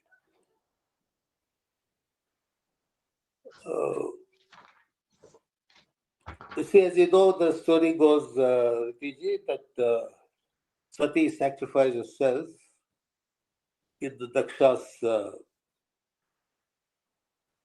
yajna, where her husband was insulted. And then she was reborn as first, when she did that, she was Dakshayani, she was reborn as Parvati and did a lot of austerities to be reunited with Shiva. And the poem is a recreation of that mythical journey. Hogu dakshana magale. Hogu dakshana magale. Deenu tirugi baruve anta karagane kayuttave nೂರು ಮಂಜಿನ ಗುಡ್ಡ. ಅಲ್ಲಿ ಕೊನೆವಗಲಿ ಗವಿ ಕತ್ತದಲ್ಲಿ ಅರಳುತ್ತಲೇ ಇರುತ್ತವೆ ನೀಲಿ ಮಂಜು ಕಾವಲಿ. ಕೈಯ ಕೊಳ್ಳಿ ಮಾರಿ ಜೀವ ದಂಡ ಭಕ್ತಿ ದೀಪಗಳ ಉರಿಸುತ್ತ ಕಣ್ಣಲ್ಲಿ ಸುತ್ತ ತಿಂದ ಬರುವಿದ ಹಗಲು ಇರುವಿದ ಗೆಜ್ಜೆಯುಲಿಗೆ ಹೆಜ್ಜೆಗಳ ದಿಕ್ಕುತ್ತ ಹೊಟ್ಟೆ ಎಲೆಗಳ ಟೊಳ್ಳು ಮಾಡಿಸುತ್ತ ಪಾತಾಳಗಳ ನೆತ್ತಿ ಗೌರಿ ಶಂಕರ ದೆತ್ತಿ ನಡುಗುವಾಗಿ ಆಗಸದ ವಿಶಾಲ ಬೆತ್ತಿ ಹರಿಯುವ ಹಾಗೆ ನೆಗೆದು ಕುಪ್ಪಳಿಸಿ ನೆವೆತು ಕಡಿದುರುಳಿ ಮತ್ತೆತ್ತು ಕುಣಿಯುತ್ತದೆ ಇರುತ್ತಾರೆ ಈ ರದ್ದಿ ಆ ಭೃದ್ದಿ ಭೂತಗಣಗಳ ಮಧ್ಯೆ. ದೇವಪುತ್ರಿಗೂ ಆಜೀವ ತಿರುಕನಿಗೂ ಯಾವ ಯಾತರದಂತೂ ಹೊತ್ತಾಯಿತು ಹೊರಡು ಕಟ್ಟಿಕೋ ನೆನಪಿನ ಗಂಟು ಮುತ್ತುಗಳ ದತ್ತು ಬೆಡ್ಡೋಲೆ ಅಪ್ಪಿಗೆ ಸೋಕುಗಳ ಜನತಾರು ಸೀರೆ ಕಟ್ಟಿಕೋ ನೆನಪಿನ ಗಂಟು ಒಳ ಸುಡುಗಾಲಲ್ಲಿ ಎಲುಬು ಚೂರು ತದುಕು ಬಾಡಿ ಬಿಸುಟ ವಿಮಾನದ ನಡುವಲ್ಲಿ ನಾನಿಲ್ಲಿ ಒಬ್ಬಂಟಿ ಪಕ್ಕ ಈ ಮುದಿಯತ್ತು ನೀ ಬರುವೆ ಎಂಬ ಕನಸಿನ ಇರುವೆ ಕಚ್ಚಿದರು ಮರೆತು ಹೊರಗಿರುವ ಭೂತಗಣಗಳ ನಡುವೆ ಶಕ್ತಿ ಇಲ್ಲದೆ ಶಿವನ ಮೈಯೆಲ್ಲ ಶವವಾಗಿ ಬತ್ತುವಳು ಗಂಗೆ ತಲೆಯಲ್ಲಿ ಕದ್ದುವರು ಚಂದ್ರಮುರಿಯಲ್ಲಿ ನನ್ನ ಎದೆವರೆಗೆ ಹಗಲು ಗನಸುತ್ತಿದ್ದ ನಿಂತ ಹೆರಳುಗಳ ಕಪ್ಪು ಹೊಳಪಲ್ಲಿ ಹುಕುಮಾಗಿದ ಸೂರ್ಯ ಕಿರಣಗಳ ಬಿಲ್ಲು ಒಡೆದು ಕಾಮದ ಬಿಲ್ಲು ಎಷ್ಟು ಕಾಮದ ಬಿಲ್ಲು ಲೋಕಗಳು ಭೂತಗಳ ಬೂದಿ ಬುಡುಕದ ಬುಡುಬುಡುಕೆಯವದ ಸುಡುಗಾಡು ಮೈಯಲ್ಲಿ ಹೋಗು ದಕ್ಷಿಣ ಮಗನೇ ದಶ ದಿಕ್ಕುಗಳ ಜ್ವಾಲೆ ಕರೆಯುತ್ತಿದೆ ನಿಂತ ಭೂಲೋಕಗಳ ಯಜ್ಞ ಶಾಲೆ ಕರೆಯುತ್ತಿದೆ ನಿಂತ ಮರೆತ ವಿನಯದ ಧೂಮ ಬಾಳೆ ಕರೆಯುತ್ತಿದೆ ನಿಂತ ಬಾಳು ಸತಿ ಬಾಯಿದ್ದು ಪತಿ ಇದ್ದರು ನಿನಗೆ ಸತಿಯದ್ದು ಶಾಮ ಡಾಮರ ಡಮರು ತೊಗಲು ಹರಿಯುವ ಹಾಗೆ ಕೂರ ಕರ್ಕಶ ಬೆಳೆತು ಹಾಡು ಅನ್ನುವ ಹಾಗೆ ಅಸುರರೇ ಸುರರಾಗಿ ಸುರರೇ ಅಸುರರ ಹಾಗೆ ಕೇಳಿದೆ ನಡುವೆ ಮಂತ್ರಘೋಷ ನಡುವೆ ನರ ಕಿರಣ ಮಾಂಸಭಕ್ಷ ನಡುವೆ ನೀ ಹೋಗಿ ಶಿವದಲ್ಲಿ ಭವದಲ್ಲಿ ಅಂತ ಬಿದ್ದಾಗ ಉರಿಯಲ್ಲಿ ಇದ್ದ ಜೊತೆ ಬೂದಿ ಸುರಭೂಜು ದೇವುಗಳು ಚಿಂತಾಮಣಿಗಳು ಕೇಳಿಯ ನಡುವೆ ಮಂತ್ರಘೋಷ ನಡುವೆ ವರವರ ಗುಟ್ಟಿ ನರಕದೊಳಗೆ ನಾನು ನರಕಗಳೊಳಗೆ ಒಳಲ ಸುಡುಗಾರೊಳಗೆ ಎಲುಬು ತುಣುಕುಗಳೊಳಗೆ ಜೀವ ಸಂಚಾರಗಳು ಹುಳುಗಳು ಪಡಿಯಾಗಿ ಎಡೆಯತ್ತಿ ಒಲೆದು ನೋವು ಪುಗ್ಗಿಗೆ ಅಚರವು ಚೆರವಾಗಿ ಸಿಡಿಲು ಡಮರುಗ ಅಗೋ ನರರೂಪಿ ಬಿಚ್ಚು ಬಳ್ಳಿ ಸಂಚೆ ಇವೋ ಕಳೆಲ್ಲ ಬಡಮಾನುಲ ತವರಿದ್ದು ಇದ್ದು ರಕ್ತದ ವರ್ಷ ಕಾಲ ಮಳೆಯ ಮಾರುತ ಇದ್ದು ಪ್ರಯ ಜಂಜಾವಾತ ಇದ್ದು ತಂಡವ ನೃತ್ಯ ಅಗೋಬದ್ದ ಇಗೋದಿದ್ದ ಭೂತಗಣಗಳ ಮಾತ ವೀರಭದ್ರ ಆಹಾ ಕರುಣಾ ಸಮುದ್ರ ದೇವಿಯರ ಅಳಲು ಮುಟ್ಟಿದ್ದರು ನಭವಂತು ಕಿವುಡಾಗಿ ಕುರುಡಾಗಿ ಕಡಿಯುವುದು ದೇವದೇವರ ವೃಂದ ಕೆಡಹುವುದು ಸ್ವರ್ಗವೈಭವ ಸ್ತಂಭ ಕೇಳಿಗಳಲ್ಲಿ ಮಂತ್ರಘೋಷಣೆಯಲ್ಲಿ ಅವಧಿ ಕಂತದೆ ಬೇಕೆದ್ದು ಎದ್ದು ಭವದಿಗೆದ್ದು ಮತ್ತದೀ ಹುಟ್ಟುವುದು ಬೆಟ್ಟಗಳ ಬದಿಯಲ್ಲಿ ಬಯಲ ಬಟ್ಟಗಳಲ್ಲಿ ಕಾಡುಗಳ ಒಡನಾಡಿ ಬಾದಾಡಿ ಕೋಗಿಲೆ ಗಿರಿಯ ಜೊತೆ ಮಾತಾಡಿ ಸಿಂಹಶಬ್ದೂಲಗಳ ಜೊತೆ ಆಟಗಳಾಡಿ ಬೆಳಕು ಬೇಡದ ರಸಸಿದ್ಧ ಯೋಗಿಗಳ ಜೊತೆಗೆ ಅಲೆದಾಡಿ ಹೊಸ ಜಗದ ಕಡೆ ನದೀ ತೀರಗಳ ಪಕ್ಕ ಹಸಿರಾದ ನಗರಗಳ ಹಸಿರದ ಹಳ್ಳಿಗಳ ಗಲ್ಲಿ ಬೀದಿಗಳಲ್ಲಿ ಅರಸುತ್ತ ಬರುವೆ ಕೊಟಿದೇಹಗಳಲ್ಲಿ ಕೊರಳುಗಳಲ್ಲಿ ಎಡದಿಗ್ಗಳೇ ಬಿಸಿಲೆ ಕೋಗಿಲೆಯ ಬಾಬರವೇ ಹೇಳಿಯಲ್ಲಿದೆ ಹಾದಿ ನಾ ತೊರೆದು ಬಂದ ಭವಹರದ ಭವನಕ್ಕೆ ಕಾದಿರುವೆ ನಾನು ಇದಕ್ಕಾಗಿ ಬರುವ ಭೂಮಿ ಹಿಮರಾಶಿ ಸುಡುಗಾಡುಗಳ ನಡುವೆ ಯುಗಮುದ್ರೆಯ ತಳೆದು ದೇವಮಾನವನಾದ ಆ ಯುಗದ ಮೊದಲು ಇದು ನನ್ನ ಇಹಗಳ ಒಡತಿ ನಾನು ನಿನ್ನ ಮಹಗಳ ಒಡೆಯ ಬೆಸೆದು ಅರೆಚಣ ಬಿಡಿಸಿ ಮರುಚಣ ಬಿಡಿಸುವ ಅಪ್ಪಿಗೆ ಸಿಹಿ ಮುತ್ತೆ ಇಕ್ಷಣವೇ ನಮಗೆಲ್ಲ ತಿರುಕೋ ಗುರುಳು ಹೋಗಿ ಬಾ ತಕ್ಷಣ ಮಗಳೇ. Lovely, amazing, completely different experience of that poem as you read it. I am sure, Shweta, you must have enjoyed listening to this. What a untamed, unadulterated version. I mean, if I can call it a version, it's a very different experience. Yes, absolutely. I don't know. I had marked a number of questions to you, sir, but I think instead of asking you a question, I'll simply ask you to, speak to us about how you think your evolution as a poet as somebody who not only writes poetry, but somebody who lives poetry, who imagines poetry, who has certain thoughts about poetry. Give us a kind of a glimpse into your thinking about poetry and living with poetry. Just want to kind of listen to you. See, when I write poetry, I don't write it. It just forces itself out of me. I have no agenda. I have no formula. And I don't write unless it comes out like a baby from the womb, the fetus from the womb. And then I listen to his first scream, which is the seed of the poem. Then I follow that, like Radha following Krishna's flute song, like a yogi following the rhythm of his breath. I follow it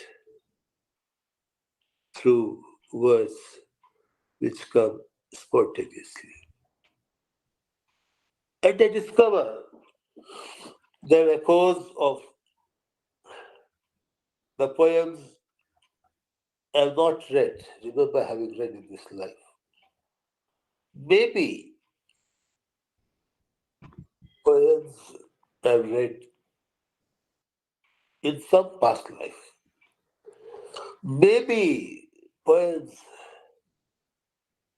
I live, I read in some future life. Because like in Hawaiian philosophy, I believe, ancient Hawaiian philosophy, I believe there are so many words. Even in our Indian mythology, we talk about 14 worlds. We simultaneously exist on many planes. And the digital revolution has made this palpable to us. Somebody is Washington, somebody in New York, somebody is in Ahmednagar, somebody in Delhi, somebody in Bangalore. Are we in the same place or different? Are we in the same time or different? You said good morning to Carlos and Shweta, but we say good evening to each other. That's why I said poetry is a journey to different temporalities, different spatialities, and different what we call avasthatrayas in Agamic philosophy, states of consciousness. And all my favorite poets don't live only in the conscious plane. In English, my most favorite poet is William Blake, who talked about three realms of being: experience, and innocence, experience, and imagination. And he said, the city of Jerusalem can be built only in the world of imagination. And he called it Jesus the Imagine. He identified imagination with Jesus. Of late, I've been studying a lot of these modern healers, 20th century healers. They Godard, who equate imagination with God. And in my favorite school of philosophy in India, Kashmir Shaivism, Shiva is a synonym of Pratibha, which is the equivalent of imagination. It's called imagination. That's why I don't think that poetry comes from memory. Coleridge said only inferior kind of poetry comes from memory. He called it the poetry of fancy, but he said the poetry of imagination does not come from memory. It is the repetition in the finite mind of the eternal I am.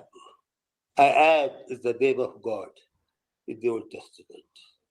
What Moses asked when Jehovah revealed himself to him in the burning bush, he asked him, "What's your name?" He said, "I am that I am," which is a very sacred phrase. Of course, we have its equivalence in Indian spirituality also. So that's it. I don't like them. They are a medium. And sometimes, of late, I have not been able to make poems because when I wake up with my eyes are closed, I start seeing images, words, and there's somebody nearby. I can call them. Like a medium, I can go on dictating. This I used to do with my earlier spouses. And then, when I became disespoused, the students who used to live with me. For example, when Madhu Devadevan was sometimes staying with me, I would wake up in the night and just start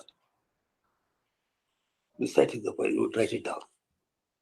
And there were several students like that who were co-creators of my poems.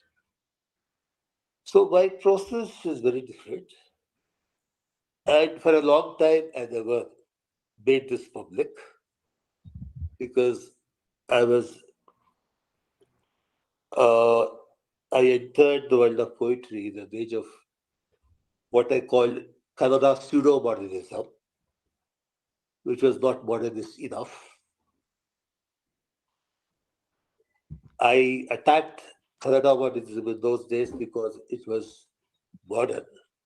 Now I attack it for not being modernist enough. It was modernist in the sense of Anglo-American modernism, not in the East European or Latin American sense of modernism. So, the exploration. You remember that poem from by Constantine Kerefi called Ithaca. It says, when you go to Ithaca, this happens, that happens. When they reach Ithaca, Ithaca has nothing to give you. But at least she gave you this wonderful journey. Be grateful to Ithaca for that. So every act of writing a poem, I think, is a dramatization of this great poem by one of my favorite Greek poets from Alexandria, Constantine Kerefi. Okay. Absolutely. We have actually several other questions also to ask, but maybe before, although it's already time, I think all of you will allow for a little more time. So before we move on, I would like to request Ratiji to read a translation, at least one translation. Let us try to get in, please. You have translated more than one, I believe, Ratiji. Your mic is off. I am very, what does it say, that forgetful. तो मैं छोटी छोटी सी कविताएं हैं. First पहली जो कविता है, the first poem I think in this less about the poet that what he has written, the first poem. So that also the poet's preface, that also I have translated. I will start from it. कवि जिद्दी लेकिन भाग्यहीन तीर्थ यात्री है, जिसकी महत्वाकांक्षाओं से भरी यात्राएं हमेशा हार जाती हैं. चाहे कोई भी लक्ष्य हो, कुछ भी हो, वह पहुंच नहीं पाता. उसके भाग्य में तो कहीं और भटकना है. यद्यपि वे स्तुति करते हैं देवों, ऋषियों और देवदूतों की, लेकिन उनके लिए तो नरक का द्वार ही खुल पाता है. यीट्स ने अपना प्यार मॉडगोनो को पाना चाहा था, लेकिन उसके भाग्य में तो केवल ठंडी मूर्तियां ही थी. कविता वह नदी है जो कभी सागर तक नहीं पहुंच पाती. चाहे झरना हो या नदी, सदैव निर्मृति के अधीन है. कवि समस्त क्रांतियों का सहोदर है, जिसकी जलती महत्वाकांक्षाएं चुरा ली जाती हैं. प्रेमी जो सदैव साथ रहने की कस्में खाते हैं, वह रहस्यात्मक तरीके से बिछुड़ जाते हैं. कवि भाग्य को चुनौती देता है, मैं तुम्हें पालूंगा. असफलता का सच्चा साधक है, वह हमेशा ही नकारा गया है. शिवप्रकाश के दिल में भाग्य का ही इंतजार है. अब वह स्वयं एक मूर्ति है, उसी से संतृप्त है. I would like to read another poem, which is, I think she has also mentioned, Shweta has also mentioned about the river. He has written many poems about the river and it's beautiful. खैर नदी देश है, मैं सपने में इसमें प्रवेश करता हूँ. यहाँ असंख्य नदियां हैं, हर किसी के अपने गीत, खुशबू और स्वाद हैं, जो पूरे जमीन पर पसरे रहते हैं. अनेक बार एक दूसरे को काटती हुई, आपस में स्वाद, खुशबू और गीत बांटती हुई वे साथ बहना जारी रखती हैं.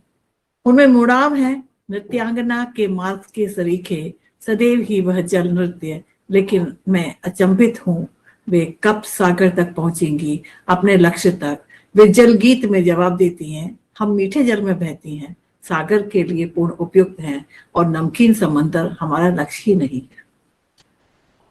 Third poem is Odysseus. I think Shweta has talked about this also. It is very interesting because the Odysseus film is now very popular. But he has written long back about the Odysseus. It's a beautiful poem. Odysseus कहता है, मेरे किसी ज्योतिष अथवा पंडित को भी मालूम नहीं था कि मैं अपने देश कब लौटूंगा. विजित किंतु नष्ट प्राय, पहचान में भी नहीं आ पाने वाला. असंख्य रुकावटों और उम्र के कारण कोई मुझे पहचान ही नहीं पाएगा. मेरी पत्नी तो इंतजार करके थक गई होगी. मेरा बेटा तेलोमेखस मुझे पहचान ही नहीं पाएगा, ना ही मेरी प्रजा पहचान पाएगी.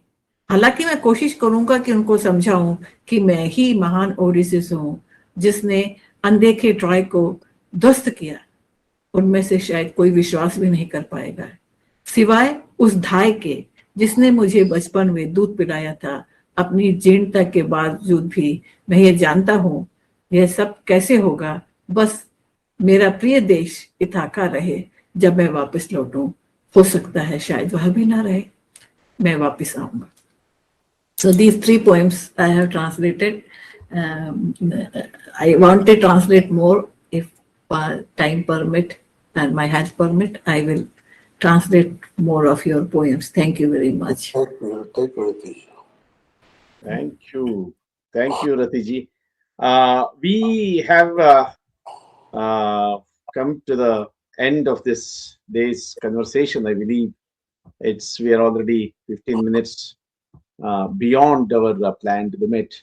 I mean, what we have heard this evening is perhaps fitting for a book whose poems have traveled from Kannada to English, from English to Hindi, from poet's voice into the voices of translators and several readers across continents, and now into the conversations we have had this evening. I think that is one of the most valuable things a book of poetry can do, not simply preserve poems, but allow them to begin new journeys. So today, I think I have heard Shivaprakash. I don't call Shivaprakash. I always address him as Gurugale, which means Guruji. So it's a bit odd to call him by his name. I would like to thank you, sir, Guruji, for reading your poems. You know, every time I listen to him, I have he has been kind enough to host me a couple of times in his house, and I've had many conversations with him. And every time you listen to him, you are listening to a new Shivaprakash. You are listening to something completely new. I mean, about even poetry, he doesn't say the same things twice, like the images that they were, like the metaphors he was using earlier. So it was truly a pleasure to listen to you. Very, very enriching and exhilarating it was listening to you this evening. Thank you so very much for sharing your thoughts. Thank you, Rati ji, for sharing your responses and for your translations of Shivaprakash ji's poetry. Carlos Aguasaco and Shweta Garg for your responses and your very, very insightful, interventions, which has given me certainly new thoughts about reading Shivaprakash. Thank you so very much for your time and for your, kind participation in this evening's conversations. I must also thank Red River and Divya Jyoti Sharma for publishing In the Light of Shiva, and to Raza Foundation for supporting the publication. And a special thank you to Rati Saxena ji and Kritya-Poetry for creating this space, creating this evening, and bringing all of us together. Most of all, thank you to everyone who joined us and listened to the poems and the conversation and this discussion. I hope you will continue the journey by returning to the book. Before I say good night, please allow me to read. I haven't read a poem this evening, so let me read the closing poem, which is, I will read it in Kannada. It's a ghazal. It's one of the most well-written ghazals in Kannada. That's my personal, assessment, understanding of this. So allow me to read this ghazal. He has written several ghazals. I'll read one of my favorites. It is titled Bandeya Vasanta. It's a poem addressed to the Vasanta. ಕೊನೆಯ ಗೆಳೆಯರು ಮಾತೆ ಆಡದೆ ಹೊರಟು ಹೋದರು ಈ ದಿನ. ಕೊನೆಯ ಕವಿತೆಯ ಶಬ್ದ ಸಂಪದ ಲೂಟಿಯಾಯಿತು ಈ ದಿನ. ಪಾಪ ಕೋಗಿಲೆ ಕ್ರೂರ ಚೈತ್ರದ ಕೆಂದರಳಿನನ್ನು ಕಚ್ಚುತ್ತಾ ಕೊನೆಯ ಹಾಡಲಿ ಮನವ ಕರಗಿಸಿ ಘೂಕನೆಂದಿತು ಈ ದಿನ. ನನ್ನ ತಲೆನೇ ವರಿಸುವಂತೆ ತೇಲಿ ಬಂದ ಮೇಘವು ಮಳೆಯ ಕರೆಯದೆ ಗಾಳಿ ಹೊಡೆತಕ್ಕೆ ತೂರಿ ಹೋಯಿತು ಈ ದಿನ. ಎದೆಯ ಪೆಟ್ಟಿಗೆಯಲ್ಲಿ ಬಚ್ಚಿದ ಹಳೆಯ ನಂಬಿಕೆ ನಾಣ್ಯವ ಕಳವು ಮಾಡಿದ ಚೂರಿ ತೋರಿಸಿ ಚೋರನೊಬ್ಬನು ಈ ದಿನ. ವರ್ಷಗಟ್ಟಲೆ ಪೂಜೆ ಮಾಡಿದ ಕನ್ಯೆ ದೇವತೆ ಅಂಗಕ್ಕೆ ಮಂಗನೊಬ್ಬನು ಕೈಯ ಹಾಕಿ ಕೊಳಕು ಮಾಡಿದ ಈ ದಿನ. ಕೊನೆಯ ಕದನದ ಬಳಿಕ ಶಾಂತಿಯ ಭುವಿಯಲುಳಿದ ಇಬ್ಬರೇ ಒಬ್ಬರೊಬ್ಬರ ಇರಿದು ಕೊಂದು ಒಡಿದು ಬಿದ್ದರು ಈ ದಿನ. ಎಲ್ಲ ನೋವನ್ನು ತಿಂಬ ಲೋಕಕ್ಕೆ ಕವಿಯ ಜೀವದ ಗೆಳೆಯನು ಮಾತನಾಡದೆ ಹೊರಟು ಹೋದ ಹೇಳ ಕೇಳದೆ. ನಂಜು ಬೆರೆಸಿದ ಕಲ್ಲು ಮಣ್ಣಿನ ಪಂಜೆ ವನಗಳ ಬೀರುತ್ತಲಿ ಬಂದೆಯ ವಸಂತ ಎಂದು ಯಾರು ಕಾವರು ಈ ದಿನ. ಕೊನೆಯ ಗೆಳೆಯರು ಮಾತನಾಡದೆ ಹೊರಟು ಹೋದರು ಈ ದಿನ. ಕೊನೆಯ ಕವಿತೆಯ ಶಬ್ದ ಸಂಪದ ಲೂಟಿಯಾಯಿತು ಈ ದಿನ. Thank you so very much, everyone, and good night. Thank you so much. Thank you very much. It was Bye-bye. fantastic, actually. Fantastic evening. Thanks to Carlos and Shweta and Shivaprakash ji. Actually, I wanted to ask you, when I saw your young age photo, I have not seen you in young age. So when I saw your young age photo, I was supposed to ask you that, did you think the same way when you were young also? So, but anyway, this was a joke. Yeah, when I was But, young, I was. because we grow with the age. Did you grow? Did you? You were so mature at that young age or not? That I wanted to know, because I was not. I was not at that age. Anyway, thanks a lot, Shiv Prakash ji. आपका बहुत बहुत धन्यवाद. और Because अच्छा my है. mother, when I was younger, my mother used to tell me. जी क्या? My mother हाँ repeatedly told me हाँ that she wanted to become a great poet. हाँ. She said, at least you become a great poet someday. Oh, Okay. So I owe That is all my poetry to my mother. thank you. That's It why was there is nice. more of mother in my poetry than the father. Thank you. Thanks a lot. Thank you, Thank all you, of you. everyone. Good night Bye-bye. and have a Bye-bye. good day. Bye bye. Take care. Thank you so much. Bye-bye.